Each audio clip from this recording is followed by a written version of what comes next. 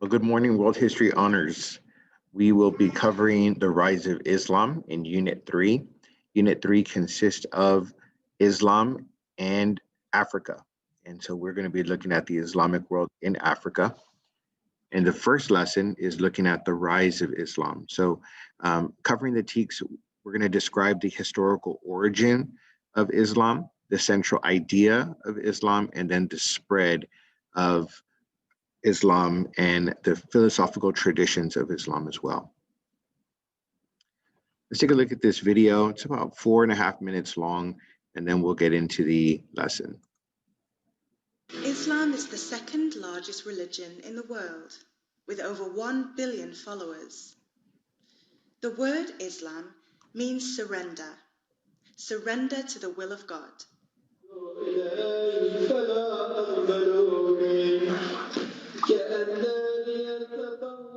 The followers of Islam are called Muslims, or those who submit to God. The founder of Islam was the Prophet Muhammad. Islam teaches that there is only one God. The belief in the existence of one God is called monotheism. The Muslims believe that the Quran, the holy book of Islam, contains the pure words of God, as revealed to the Prophet Muhammad. According to Muslims, Muhammad is the last in a line of prophets, or messengers from God, which consists of, among others, Abraham, Moses, and Jesus. So who was Muhammad, and what did he teach? Muhammad was born in 570 CE in Mecca, Arabia. Today, Mecca is part of the Kingdom of Saudi Arabia. Arabia in the 6th century was a loose collection of tribes located mainly in the Hijaz area.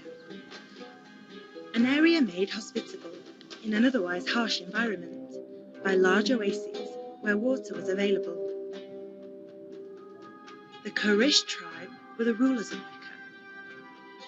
They were successful merchants, and Mecca evolved into a major trade center. The Meccans were pagans and worshipped many idols. Muhammad was orphaned at an early age. He was raised by his uncle and worked as a merchant.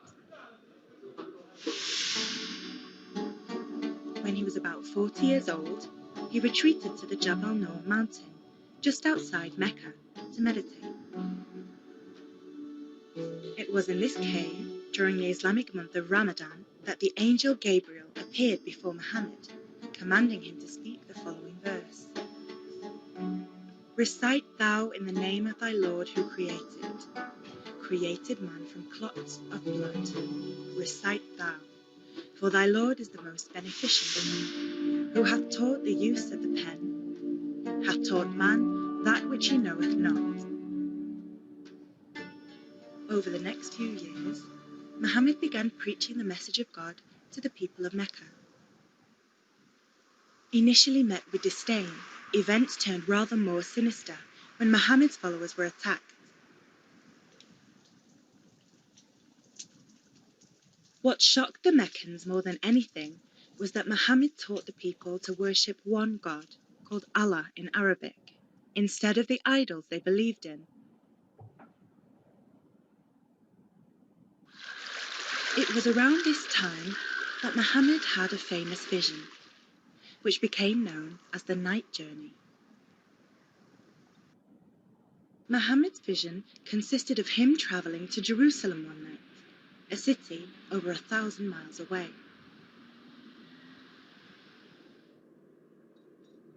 From there he ascended into heaven and spoke to previous prophets, including Moses and Jesus. Because of this, Jerusalem is considered to be the third holiest city in the Muslim world, after Mecca and Medina. Whilst there is some debate as to whether this was a vision or an actual occurrence, it is generally agreed that the whole experience had a galvanizing effect on Muhammad at a difficult time in his life. It allowed him to draw strength and hope from his conviction that he was indeed a messenger of God. The persecution had got so bad in Mecca that Muhammad told his followers to leave the city. Only Muhammad and a couple of his closest companions were left behind. The rulers of Mecca tried to have him assassinated, but he had already left the city by the time the Meccans had chance to do so.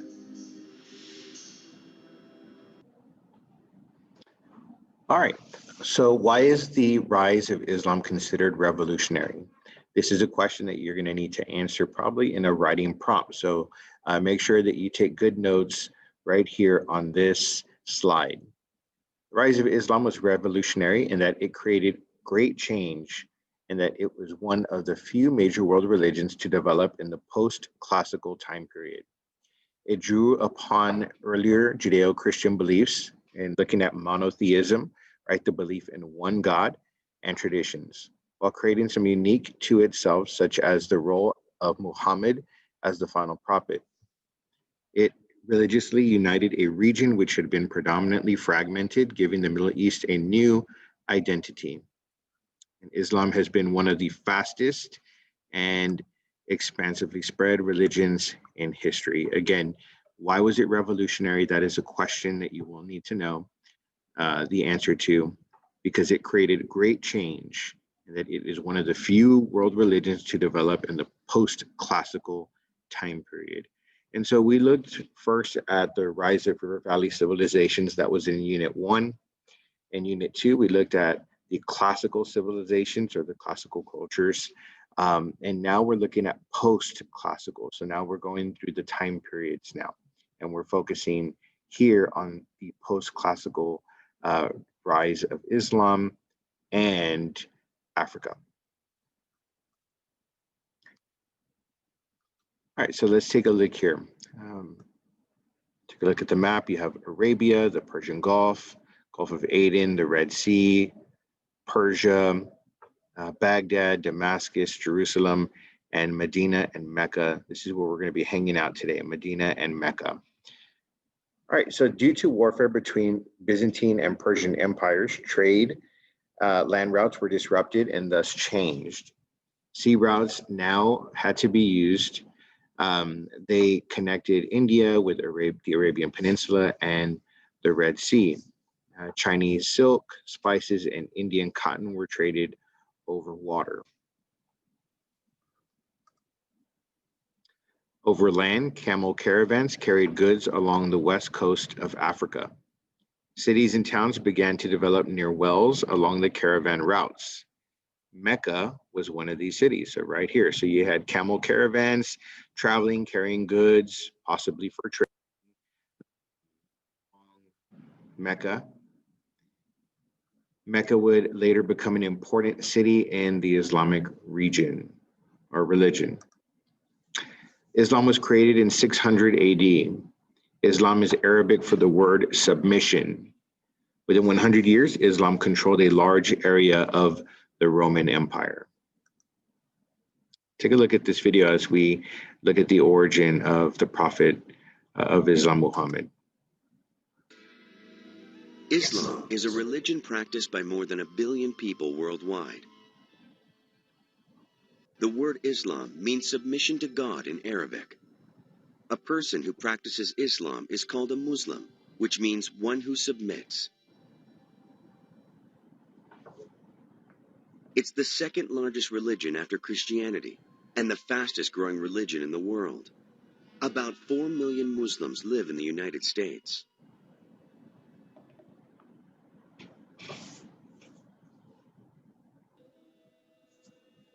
Islam got its start 1400 years ago with one man, the Prophet Muhammad. In the year 610, Muhammad ibn Abdullah was a 40-year-old merchant in the ancient city of Mecca, in what is today Saudi Arabia. Muhammad had a divine revelation that he was one in the great line of prophets, stretching back from Jesus to Abraham. Allah, which is the Arabic name for God, told Muhammad that he must spread God's word to all humanity. Muhammad based his sermons on his divine revelations. As he preached around Mecca, he spoke out against corruption in society and how the rich were neglecting the poor. Threatened by his teachings, the powers that be in Mecca forced Muhammad into exile in 622. For the next decade, Muhammad continued preaching in the city of Medina and amassed thousands of followers. When he marched on Mecca in 630, the city fell without a fight, and Mecca has been the spiritual home of Islam ever since. All right, so now we're going to look at Muhammad. He is the founder of Islam. Born in 570, he worked in Mecca as a merchant and a shepherd. Like we saw in the video, he had a vision that the angel Gabriel commanded him to convert the Arab tribes to believe in a single God, known in Arabic as Allah.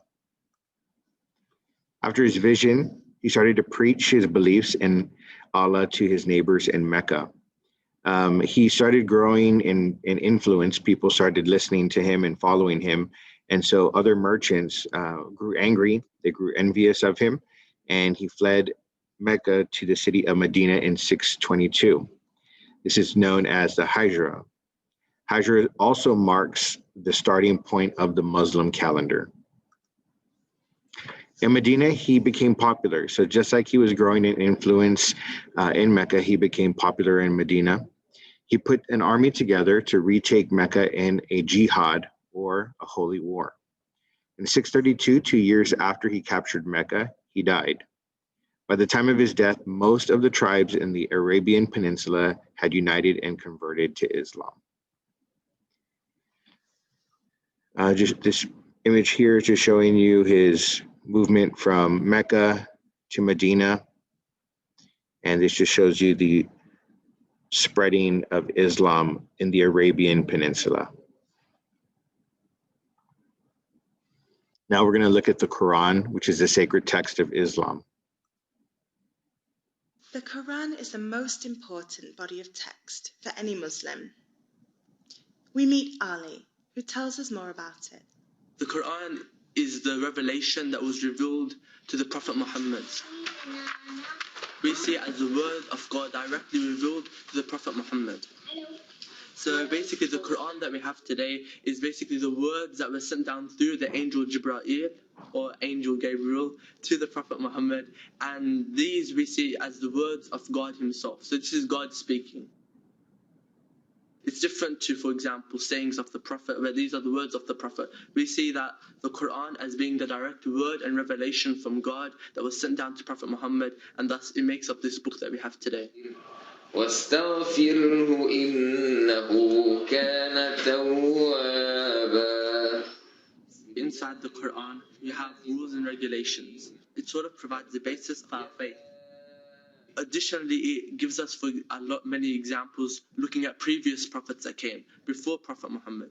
So it would look at prophets such as Prophet Moses, Jesus, Abraham, all of these different prophets of God.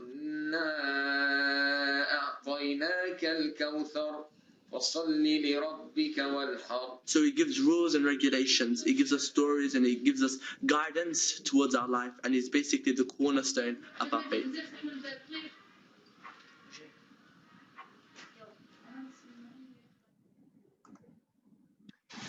All right, so looking at the sacred text of Islam, the Quran, Muslims believe it records the words revealed to Muhammad by God. Muhammad memorized these words and then he taught them to his followers. Then scribes wrote these words down in the Quran. It has 114 chapters. It discusses forms of worship, proper conduct, and the treatment of women, along with many other matters. The fundamental doctrine of the Quran is contained in 2 articles of belief: that there is no God but Allah, and Muhammad is his prophet. The 5 pillars of Islam: you have the confession of faith, prayer, charity, fasting, and pilgrimage. Let's go through these. The confession of faith: Muslims must affirm there is no God but Allah, and Muhammad is his prophet. Prayer: Muslims must pray 5 times a day while facing east towards the city of Mecca.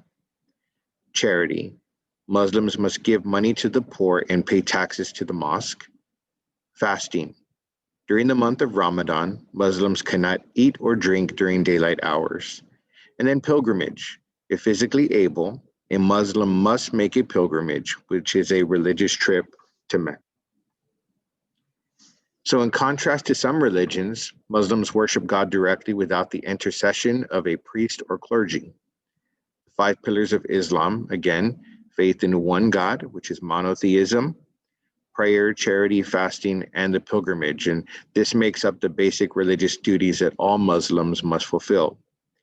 And in doing so, Muslims strengthen their faith in and service to Allah, whom they see as the supreme, all-powerful, and all-knowing God. Thank you very much. Have a wonderful day and make sure you complete the assignment.